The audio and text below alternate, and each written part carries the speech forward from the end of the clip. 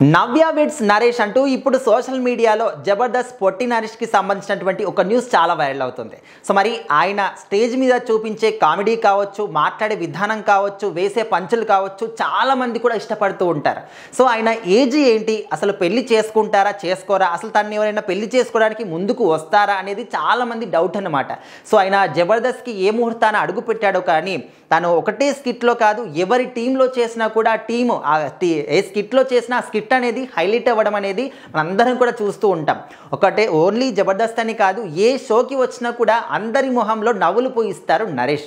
So మరి ఆయనకు సంబంధించినటువంటి ఈ వార్త అంటే తను తొందరలో పెళ్లి పీటలు ఎక్కబోతున్నాడు, తన వైఫ్ని ఇక్కడే పరిచయం చేశాడు, కాబోయే వైఫ్ని అంటూ ఈ ఒక ప్రోమో చాలా వైరల్ అవుతుంది. అయితే మనకు దీపావళి పండుగ సందర్భంగా అనుకుంటా ఆ షోకి అయితే తీసుకొచ్చాడని చెప్పేసి కూడా మనకు ఒక టాక్ అయితే ఉందన్నమాట. అయితే ఆ ప్రోమోలో మనం చూస్తూ ఉంటే తన పేరు నవ్య. సో తను డిగ్రీ పూర్తి చేసింది, నరేష్ గారిని పెళ్లి చేసుకుంటాను అని చెప్పేసి ముందుకు రావడం అనేది, నరేష్ గారికి కూడా తను నచ్చడం, అంటే ఈ స్టేజ్ పైన వాళ్ళ పెళ్లి చూపుల ఘట్టం అనేది అయిపోయింది. సో తొందరలో పెళ్లి పీటలు కూడా ఎక్కబోతున్నారు. ఆల్రెడీ నరేష్ గారి ఫ్యామిలీతో కూడా మాట్లాడి వాళ్ళు కూడా ఒప్పుకున్నారు అని చెప్పేసి కూడా ఈ యొక్క టాక్లో అంటే కొంచెం మనకు వినిపిస్తున్నటువంటి ఇన్సైడ్ వర్గాలు మాట్లాడుకుంటూ ఉన్నాయి. ఒకవేళ నిజంగానే ఈ జంట పెళ్లి చేసుకుంటే మాత్రం ఖచ్చితంగా అందరూ కూడా దీవిస్తారు. ఎందుకంటే మనం చాలా మటుకు చూస్తాం, ఇంతకుముందు అదే జబర్దస్త్లో వచ్చినటువంటి రియాజ్, సో ఆయన కూడా చాలా పొట్టిగా ఉంటాడు.